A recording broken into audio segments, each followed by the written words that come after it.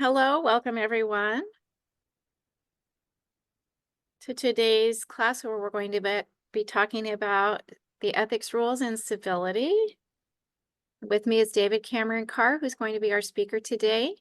Before we get started and to give everyone a chance to get signed on, I'll do a little housekeeping as usual. Today's class is offering an hour of general ethics credit, and you will get a CLE certificate if you are here in Zoom today, and that is verified by email. So be looking out for an email later today with that CLE certificate. You will also see a link to a survey at the end of the class. We would appreciate if you could take a few minutes to take our survey and give us feedback on our programming. And finally, this is interactive. You will be able to ask questions through the Q&A feature today. So look for that Q&A icon on your screen with two speech bubbles, and that's where you can click and type a question, either under your name or anonymously. This is a general session meant not for individual advice, so be sure to keep the questions general. And I think that's about it, and everybody should be here, so I'm going to go ahead and turn things over to David. Okay, thank you so much, Lisa, and thank you everyone for spending some time with me talking about civility and some of the new developments in the attorney civility area. We're sort of in the middle of a new era or an evolution when it comes to attorney civility, with some new rule proposals that are in front of the California Supreme Court. And I'm going to sketch out some of the history of the civility issue in the legal profession, as well as discuss the evolution through the years of the civility concept. And again, we're going to end up with the proposals that are currently out before the California Supreme Court. I was hoping that maybe the Supreme Court would have acted on these by now, but they don't seem to be in a hurry to enact these, unlike the Rule 8.3, the informant or snitch rule, which they enacted in a big hurry. They are taking their time looking at these. So I'm going to share my screen and we're going to go through a PowerPoint presentation. So let me cue that up and I'll start with the slideshow. Civility, the new frontier. Thank you for joining us today. And before we get started, let me just introduce myself. My name is David Cameron Carr. I'm an attorney in private practice. I've been a lawyer now for, well, since '86. What is that, 37 years? And for the last 35 of those years, most of my career, I have focused on legal ethics and state bar work. So just about half my lifetime has been spent in the fields of legal ethics. I won't, you can take a look at my bio here if you're interested. My contact information is below. If anybody has a question about the presentation or the law of civility in general, you're welcome to send me an email or contact me. Happy to talk about it with you. And with that, let's get started on the substance. The civility issue is, I have to confess I didn't do well in French in high school, but I think the French phrase is au courant. The civility issue is au courant, or you might say the issue du jour. But it's not really a new issue. Civility is an issue that's been around really for as long as we've had lawyers and for as long as we've had ethical codes involving lawyers. One of the foundational codes is a work from a lawyer named David Hoffman, written in 1836. David Hoffman was a lawyer in Baltimore, founder of one of the first law schools in the United States in Baltimore. And in 1836, he wrote a treatise called 50 Treatises Regarding Professional Deportment, which is actually a pretty good read if you like old stuff. And I guess being old now, I do like old stuff. You might want to take a look at David Hoffman's 50 Treatises, because he really covers all of the issues in legal ethics that were later reduced to codes, to voluntary codes and then ethics, sets of ethics rules like the rules of professional conduct that became legal rules in many states, including California, which has the California Rules of Professional Conduct, which are legal precepts, but they're also black letter rules of law that you need to know about. But way back in 1836, David Hoffman, his very first treatise of his 50 treatises, number one, has to do with professional ethics.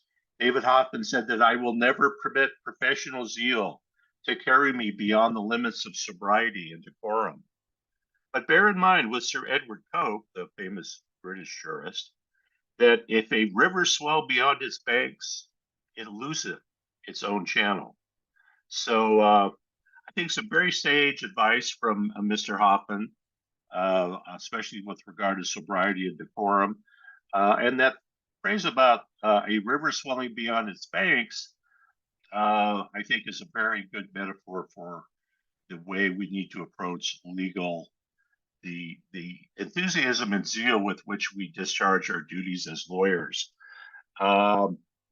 It basically is a nice 19th century way of saying that if you get too carried away, you are going to lose it.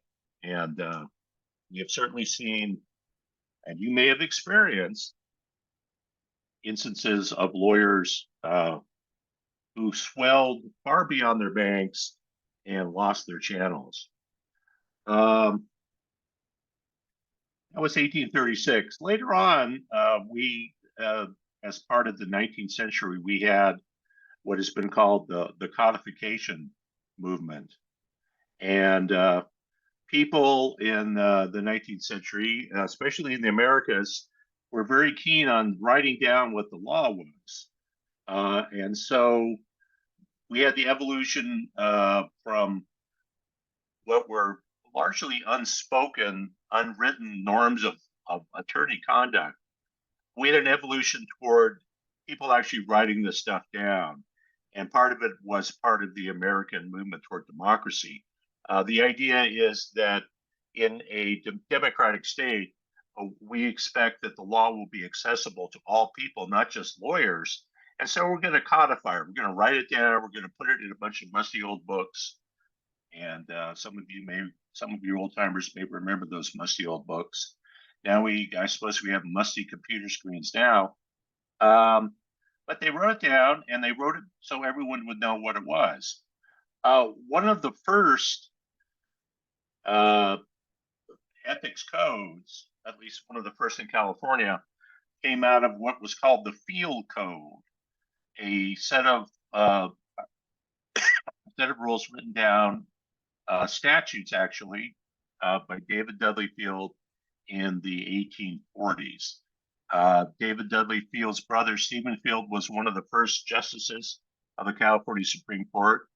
I'm sure that had nothing to do with the fact that part of David Field's code found its way into the Civil Code of 1872.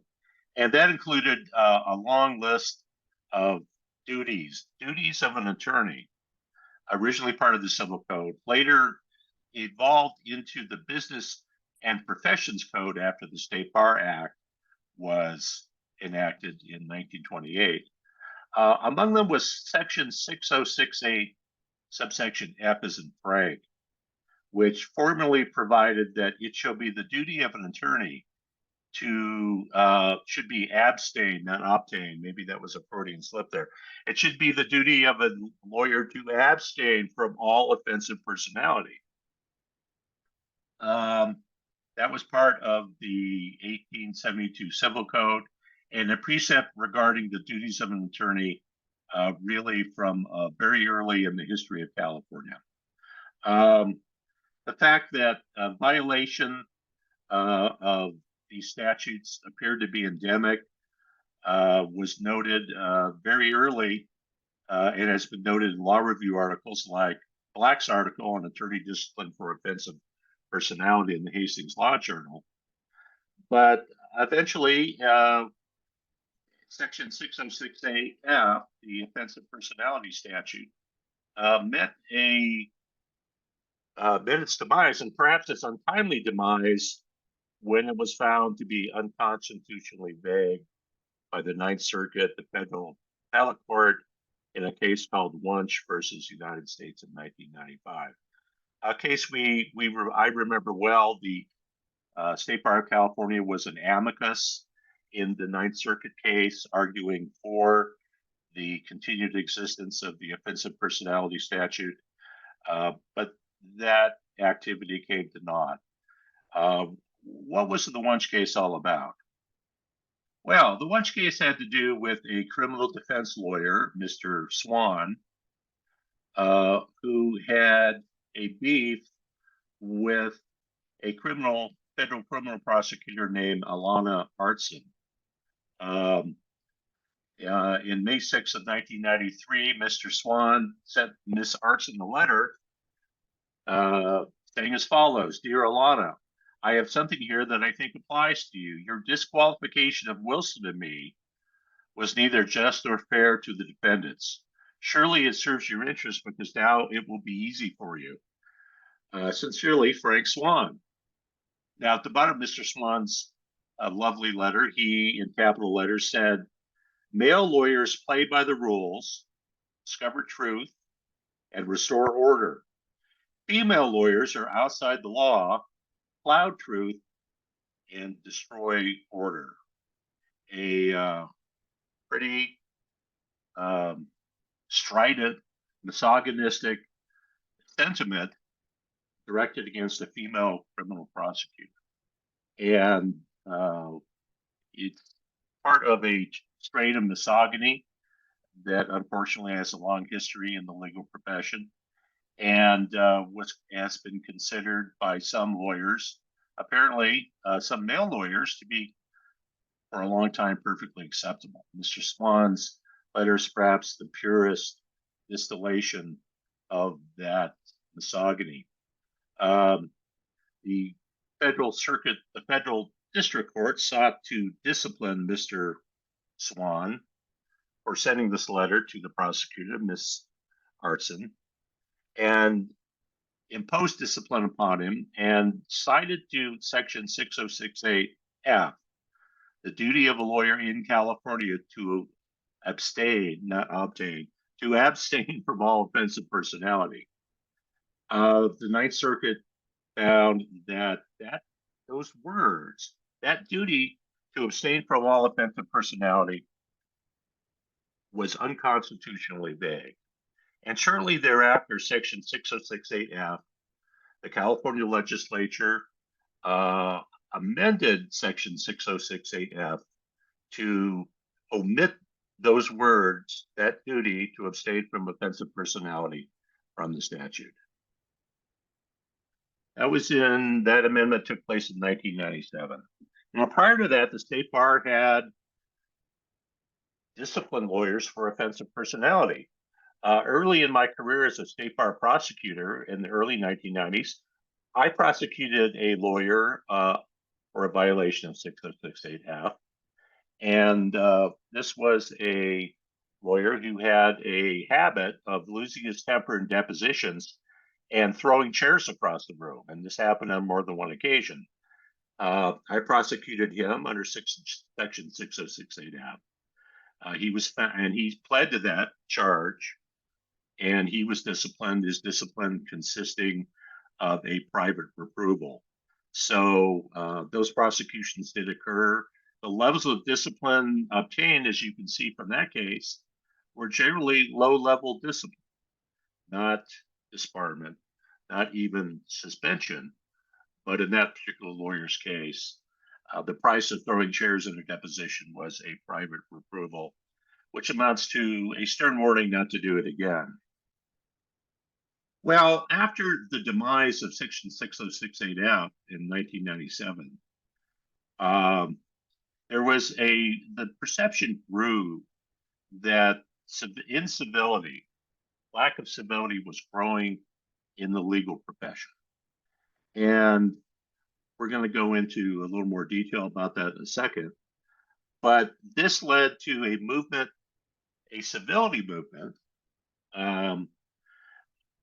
motivated by lawyers who wanted to try to restore what they perceived as the loss of civility in the legal profession. And this led to the enactment of many voluntary civility and professionalism codes. And this is a partial list of all the kind of voluntary professionalism civility codes that have been enacted. Virtually every bar association in California in the early part of this century enacted a civility code, including the San Diego County Bar Association. It also rules in some of the district courts regarding civility and guidelines for professional conduct, motivated by what lawyers perceived as a loss of civility in the profession. The State Bar of California itself enacted a civility code in 2007, guidelines regarding civility and professionalism. Those are easily available on the State Bar website. Here is the URL if you'd like to look at it. It's in a collection of materials called the Civility Toolbox. But these were voluntary codes. These codes did not have the force of law that the Business and Professions Code section did. Nobody could be disciplined for incivility after the demise of Section 6068F in 1997. So the force of these codes and civility guidelines were essentially precatory. They were designed to try to persuade lawyers or to provide guidelines for lawyers to voluntarily conduct themselves in accordance with the rules of civility. The 2007 State Bar Code was actually the initiative of former Los Angeles Municipal Court Judge Sheldon Sloan, who was president of the State Bar in 2006.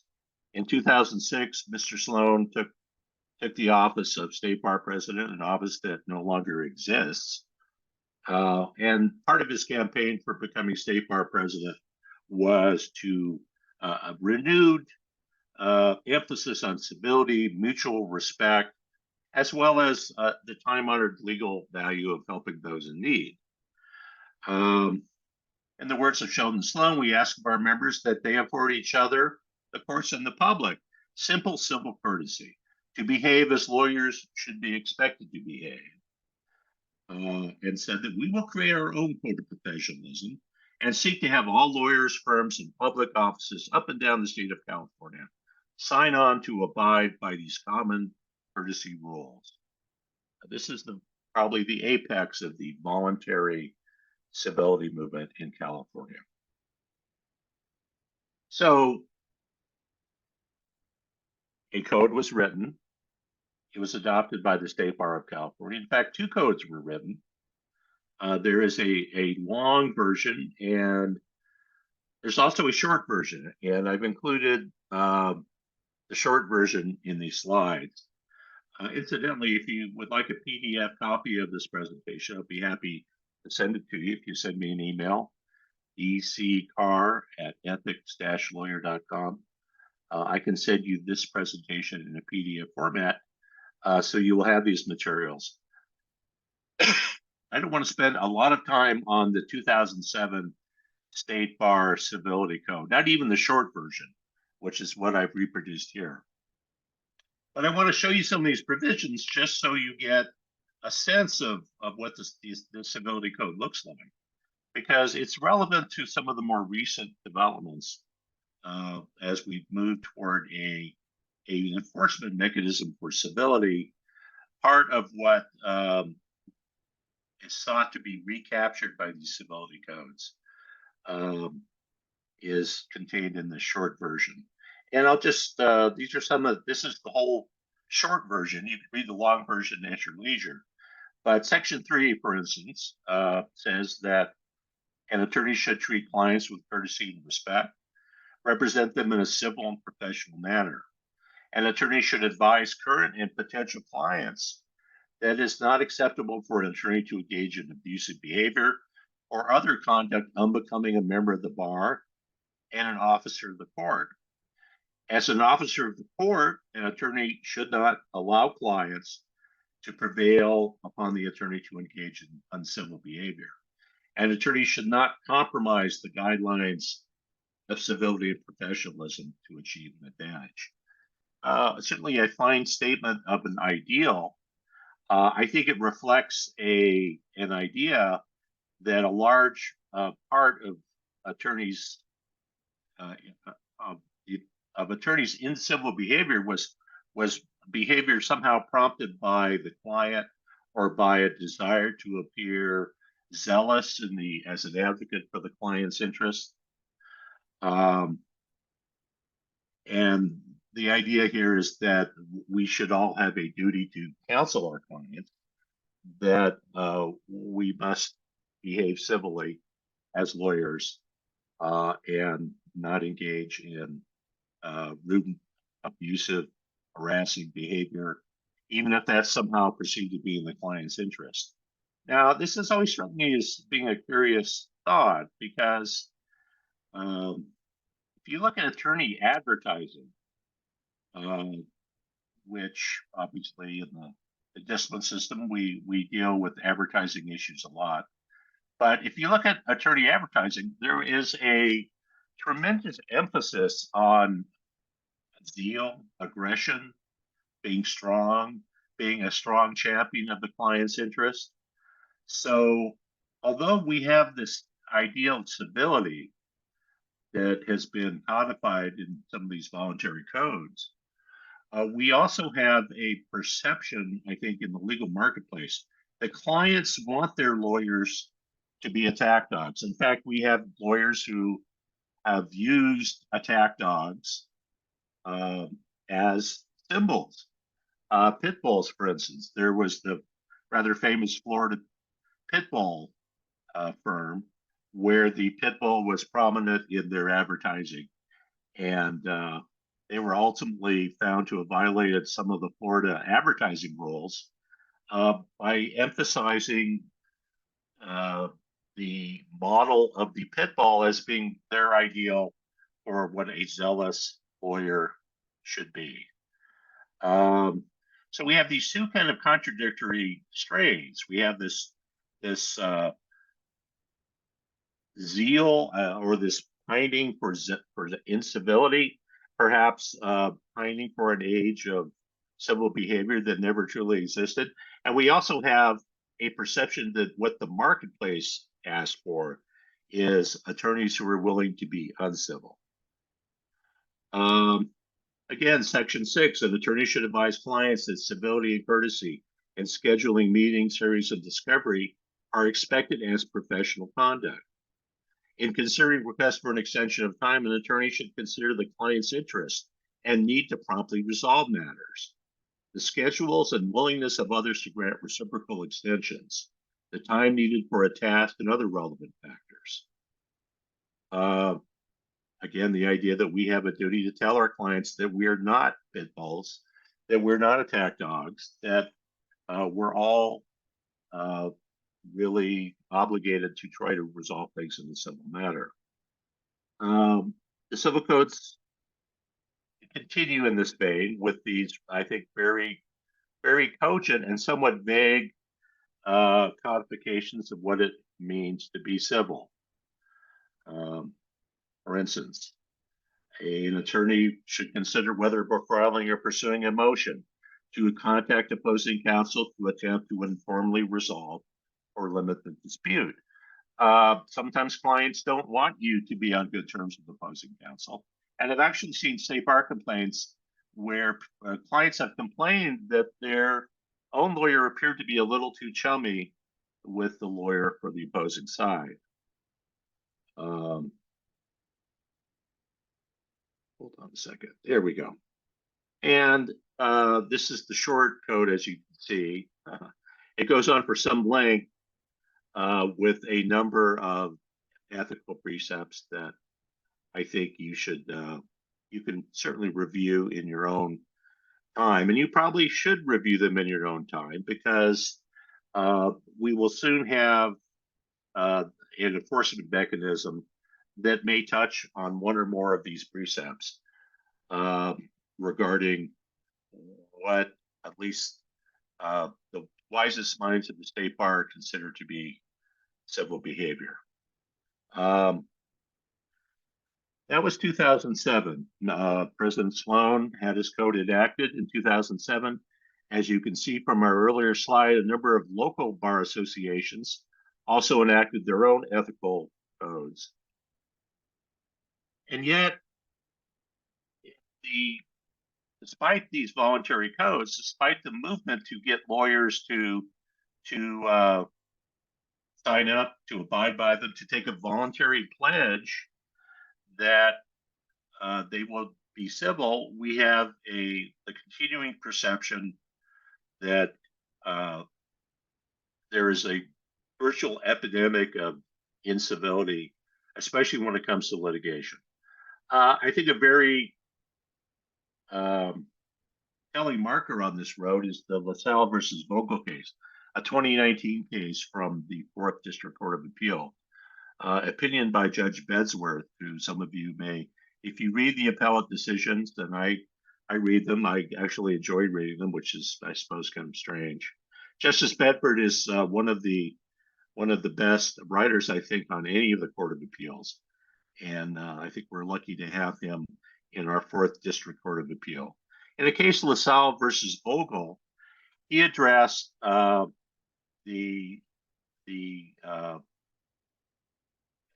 incident that occurred regarding a request, an extension of time to file a responsive pleading. In the Vogel case, we had an individual served with a complaint in March of 2016, 35 days for the response, 30 days plus 5 for mailing.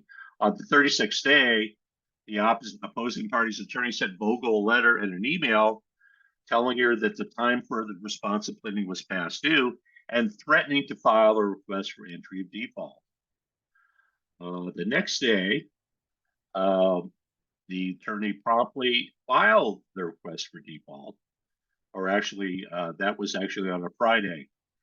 The time had expired on Friday. On Monday, April 11th, in the spirit of, I suppose, what this attorney thought of as zealous advocacy, the response, the request for default was filed and emailed to opposing counsel at 4:05 p.m.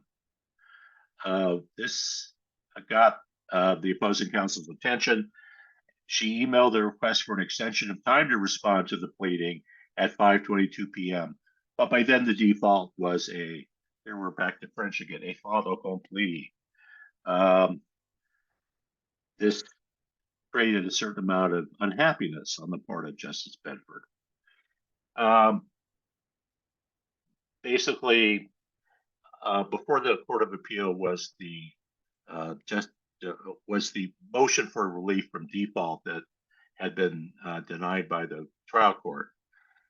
And Justice Bedford had this paragraph, which what I referred to as, again, we seem to be coming back to the French, a cri de coeur about the legal profession. Justice Bedford said, all too often today, we see signs that the practice of law is becoming more like a business and less like a profession. We decry any such change, but the profession itself must change its own course. I suppose we're back to Hoffman's river swelling beyond its banks. The legal profession has already suffered loss of stature and of public respect. This is more easily understood when the public perspective of the profession is shaped by cases such as this, where lawyers await the slightest provocation to turn on each other. Lawyers and judges should work to approve and enhance the rule of law and not allow a return to the law of the jungle. So as of 2019, there was a perception on the part of Justice Bedsworth, and I think a number of other judges that despite all this voluntary action on civility codes, we were sliding back into what His Honor refers to as the law of the jungle. I think LaSalle versus Vogel is a very interesting signpost on the road to what happens next. Well, what happens next? Despite Sheldon Sloan's efforts to enact a voluntary civility code, uh, which paid off in the writing of what I think is a pretty good statement of the ideals of civility that the profession should be willing to voluntarily sign off on.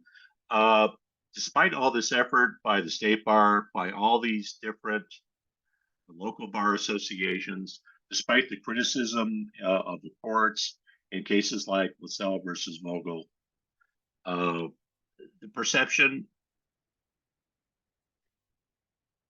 was that we needed to go beyond voluntary civil codes, voluntary codes of civility, and endeavor to go back to an earlier state of affairs where the duty of civility, the obligations of civility were subject to an enforcement mechanism. So with that said, the State Bar of California and the California Judges Association formed something called the California Civility Task Force in 2020. Of course, as you might expect, Justice Bedford was part of the task force, and a number of other jurists and lawyers sat down and began to brainstorm ways of saving us from a descent into the law of the jungle.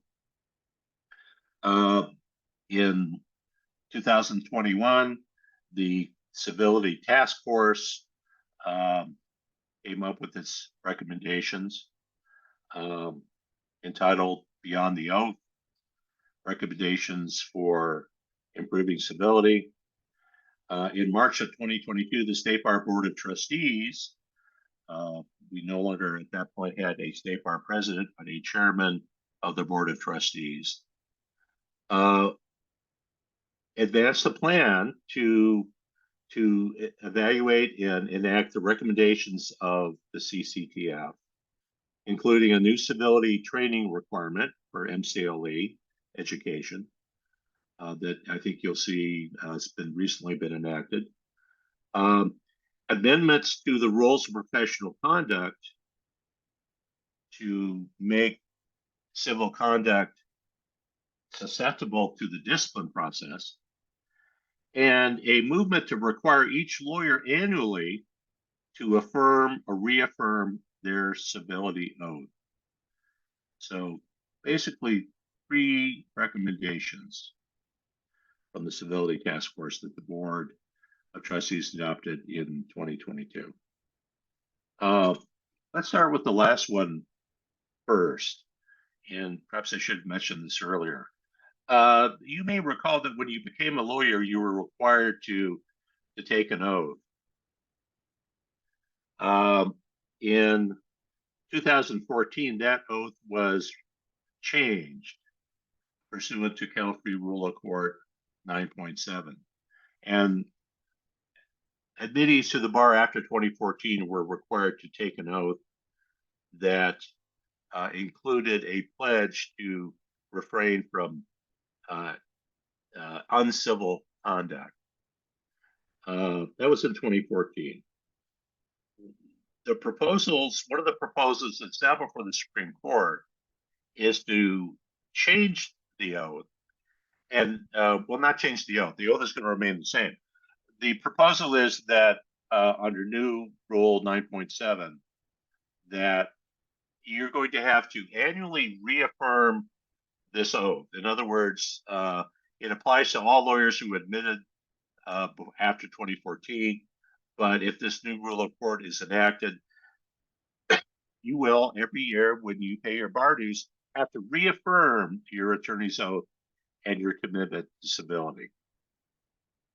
The other proposals now before the Supreme Court are changes to the rules of professional conduct, 1.2, 8.4, and a completely new rule, which actually there's a typo here. It should be Rule 8.4.2, not 8.4.1.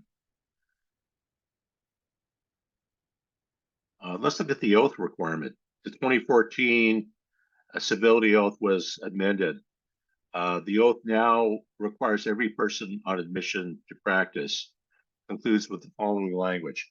As an officer of the court, I will strive to conduct myself at all times with dignity, courtesy, and integrity. This is, if this current proposal to amend Rule 0.97 is enacted, you will have to annually reaffirm this oath. Now, what does it mean to, what does the attorney's oath really mean? The attorney's oath, here's the reaffirmation of the civility pledge. Each active licensed attorney and special admissions attorney, pursuant to the procedure, must annually affirm the oath. On penalty, if you don't affirm the oath, there will be a penalty attached. But here's the point I'm trying to get to. There's a current statute, Business and Professions Code Section 6103, which actually is another statute that was originally enacted as part of the Field Code, that says a willful disobedience or violation of an order of the court requiring him, archaic sexist language, to do or forbear an act connected with the course of his profession, which he ought in good faith to do or forbear, and any violation of the oath taken by him or of his duties as such an attorney constitutes a cause for suspension or disbarment. So the violation, if you fail to act with the kind of civility, courtesy, and integrity that's prescribed by your attorney oath, you potentially are subject to discipline under Section 6103 of the Business and Professions Code. And although this may seem a little far-fetched, I can tell you I've been involved in one discipline case where the bar sought to prosecute an attorney for violating Section 6103 for not following for what essentially amounted to the violation of the oath that they alleged that attorney had taken to uphold civil behavior, a civility violation based on a violation of the oath. Unfortunately, the bar failed to realize when they asserted that theory that the attorney had actually been admitted before 2014 and the civility oath did not apply to him. But they indicated to us that they intended to prosecute the attorney for violating the attorney's oath. So if the proposal to amend 9.7 is enacted, then all attorneys will be potentially subject to a 6103 violation if they fail to act consistent with their oath to behave civilly and with integrity. What does that mean exactly? Is this principle somewhat vague? Perhaps as vague as 6068F, which was found to be unconstitutionally vague in the Wunsch case?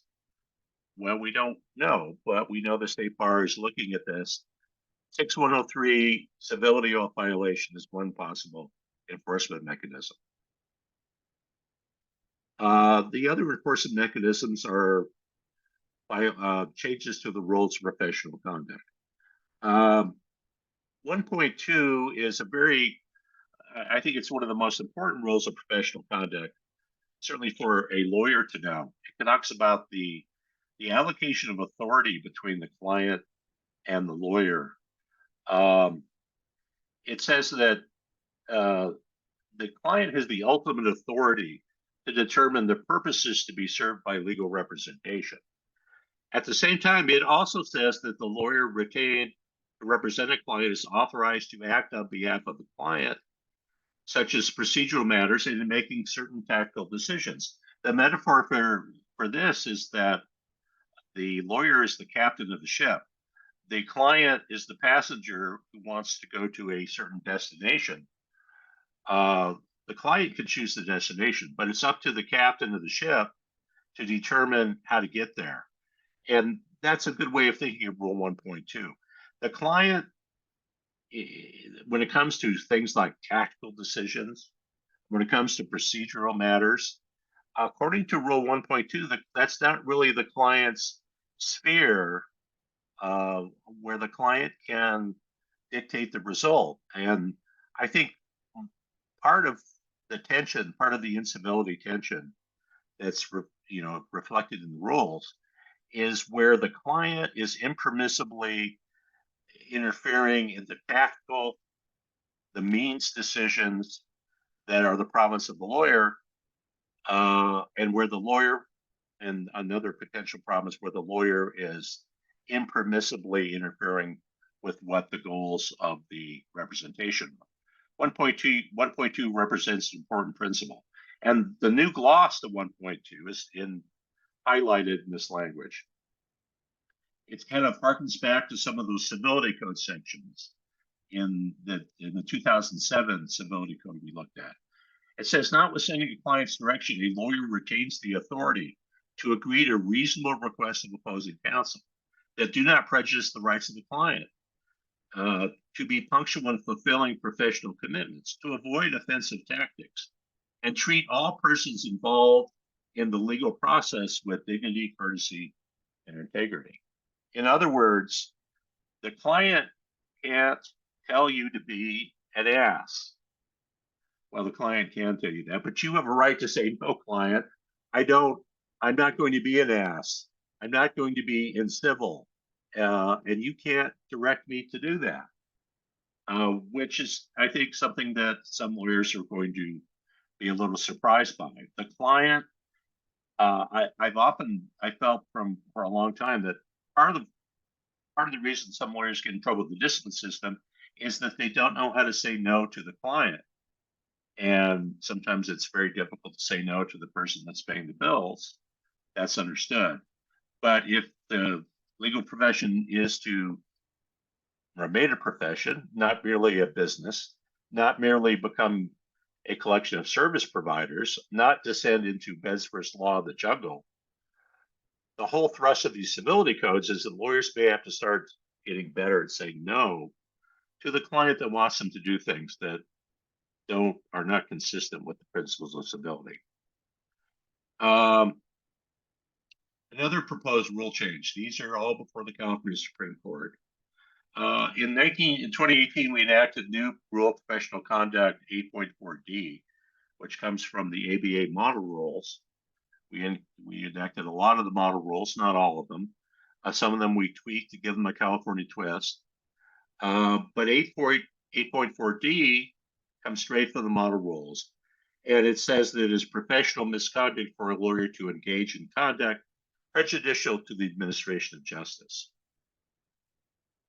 Well, new comment 6 to Rule 8.4D, which we've had for a while, says that a lawyer's violation of paragraph D includes engaging in significantly unprofessional conduct that is abusive or harassing in the practice of law or related professional activities.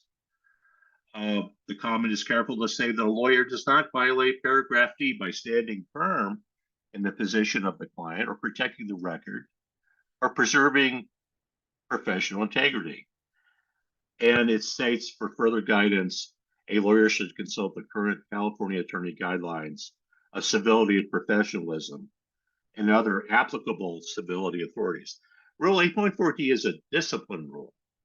And yet in the comments, we see comment 6 advising us that, well, if you want to understand how you might engage in conduct prejudicial to the administration of justice, conduct you might be disciplined for, we're going to refer you back to those civil guidelines that are, frankly, rather vague aspirational statements about what the legal profession should be all about. Vague, unconstitutionally vague, like Section 6068F. I wonder, we don't know yet. We have no California case law regarding Rule 8.4D, not yet. We probably will have some at some point. But we do have some law from other states, including a case from Louisiana in Ray Greenberg, where two attorneys got involved in an exchange of profanities in court, one grabbing the other's suit jacket and both falling to the floor. I don't know if you've spent any time in Louisiana, but we certainly no shortage of colorful lawyers in that part of the world. In this case, the lawyer's conduct became a little too colorful. The disciplinary board determined that both attorneys committed conduct prejudicial to the administration of justice by exchanging profanity, which had no proper place in a courtroom argument. One lawyer, the lawyer that initiated the incident, was suspended, and the other lawyer who responded with some choice words, not French, good old Anglo-Saxon choice words, was publicly reprimanded.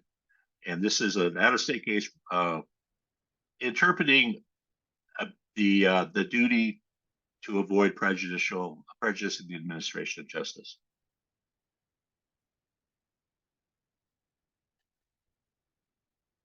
The final rule change that's before the Supreme Court is new Rule 8.42. The rule itself simply says, in representing a client, a lawyer shall not engage in incivility in the practice of law or related professional activities. Not clear exactly what that means, what professional activities that refers to. That's part A. Part B of the rule, and here we get to the sort of the central problem identified in the Wunsch case, which is definition. It says, for purposes of this rule, the disciplinary rule, 8.4D, no California law interpreting it yet, incivility means significantly unprofessional conduct that is abusive or harassing and shall be determined on the basis of all the facts and circumstances surrounding the conduct. Significant, abusive, harassing. Now, the rules, the civility guidelines talk about lots of different types of conduct, including taking the default on the last day the pleading is due, despite a request for an extension. It's that significant unprofessional conduct that is abusive or harassing. Justice Bedford would probably think so. The question is going to be, is that the kind of conduct, is that the kind of aspirational conduct that's going to be the target of the discipline system if new Rule 8.42 is adopted by the Supreme Court?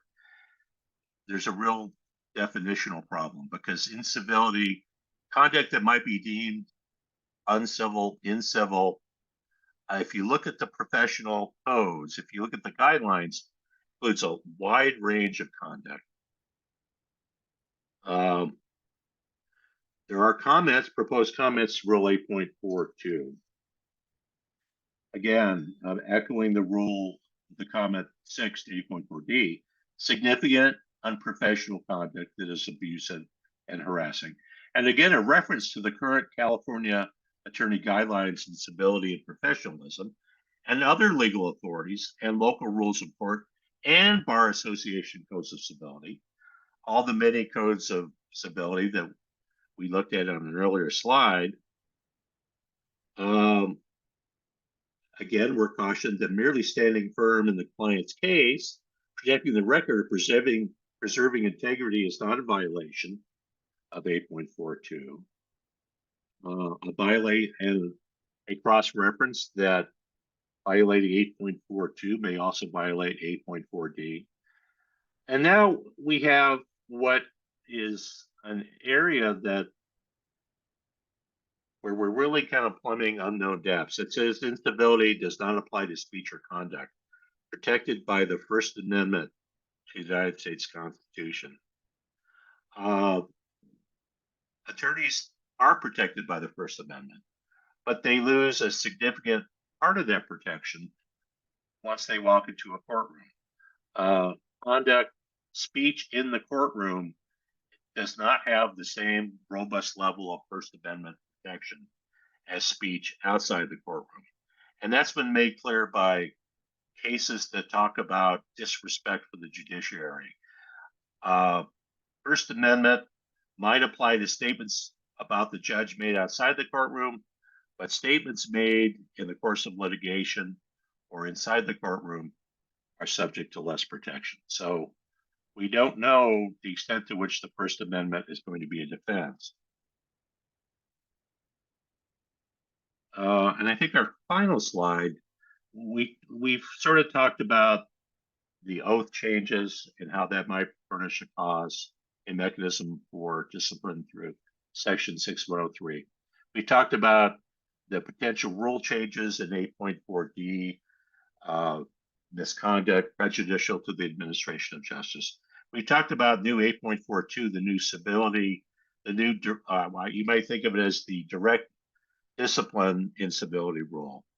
We're also going to have changes as of 2025 that are going to require at least 1 hour of education addressing civility in the legal profession. That additional hour of education is defined in a state bar rule. Education that addresses civility, that discusses the link between civility and bias, incivility addressed at opposing parties or counsel, and incivility aimed at the judiciary. Unfortunately, there is the bias component of this. This presentation, unfortunately, that bias component is beyond the scope of this presentation. So I'm sorry to say that at some point, some of you may, all of us are going to have to take an hour that more clearly explores the relationship between civility and bias.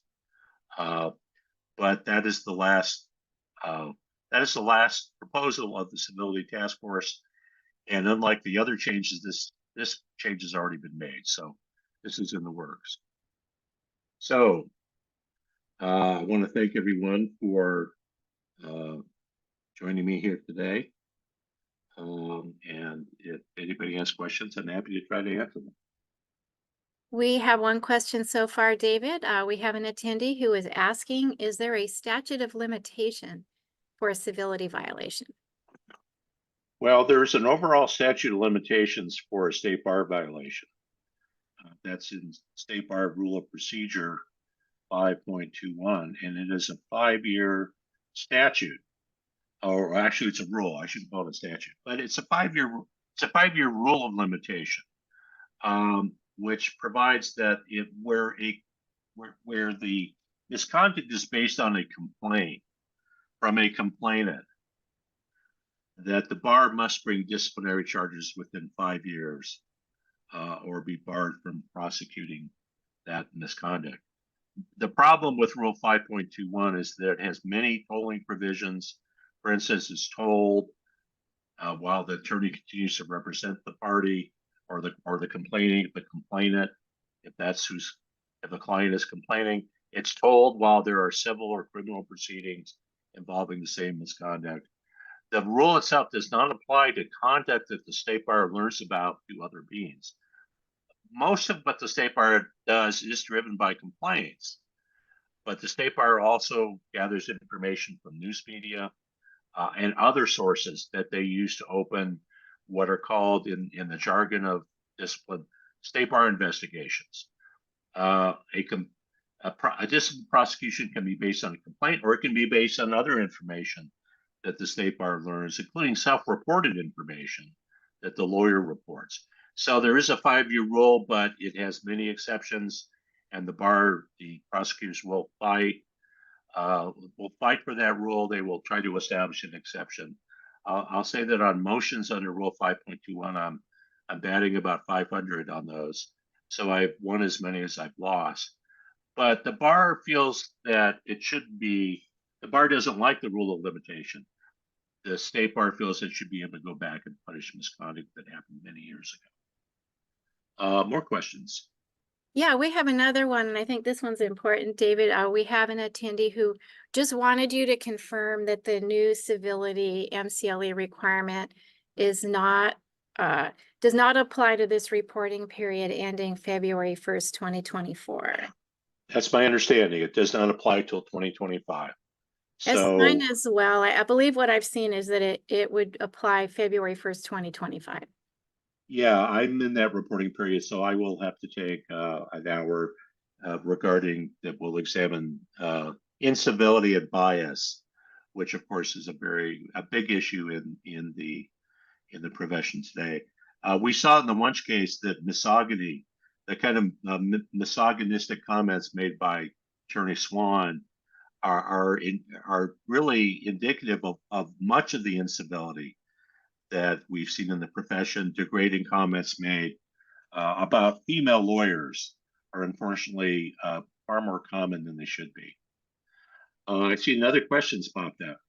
We do have another one, and this one's anticipating the next webinar that you're going to be presenting Okay. in January. For Right. those of you who aren't aware, there is a webinar set now for January 5th where David will be talking about the new snitch rule. So if you don't mind answering an advanced question on that, we Sure, I'm have an happy to. attendee who would like to know, with that new snitch rule in effect, is the reporting attorney able to remain anonymous? No, is the short answer. According to the discipline prosecutors. According to the discipline prosecutors, they are going to require that anybody who reports a conduct that might violate 8.3 identify themselves. And of course, you can see anonymous complainants an anonymous complainant presents a huge, difficulty in prosecuting the case because the bar must go in and prove its case by clear and convincing evidence. So, in fact, complainants are sometimes referred to as complaining witnesses in the discipline system. So, no, according to the prosecutors, you're going to have to identify yourself if you make that kind of report. And we'll talk about that at exhaustive length next time on January 5th. Yes, you can find the registration link for that on the library's website now. And more to come, so be looking out for other classes we'll be adding in the next couple of weeks. All Okay, right, well, thank one you. more question here. Okay, here's one. Here's someone who says, I'm old school too. I identify as well, Brad. What effect will the social media accounts and use of accounts to be uncivil, etc.? I was going to ask about complaints, especially when seeing attorneys posting unpleasant things about people. Yeah, so, how does this relate to things that might be posted on social media, I guess is the gist of that. Well, remember that the scope of the rule, at least 8.42, refers to the practice of law and quote, other professional activities, whatever that means. That might include advertising or marketing activities. So again, there are many definitional questions that are unanswered about the civility rule, but that could potentially, not limited to the practice of law, but perhaps uncivil comments made on social media in the course of professional activities, whatever that means, that doesn't strictly involve the practice of law. So there is a lot of vagueness in all these things, and I will, and you will find out exactly how the state bar, if these things are enacted, exactly how the state bar prosecutors, what they have tremendous discretion over what they choose to prosecute. So we will see what they choose to prosecute and exactly how they're going to try to apply these things. All right, with that, we're out of time. Thank you so much, everyone, for attending. Thank you. Great questions today, and especially for David for another great presentation. We will Thank be you. seeing David again January 5th. So hope to see some of you there. Been a great pleasure. Thank you. Thanks, David.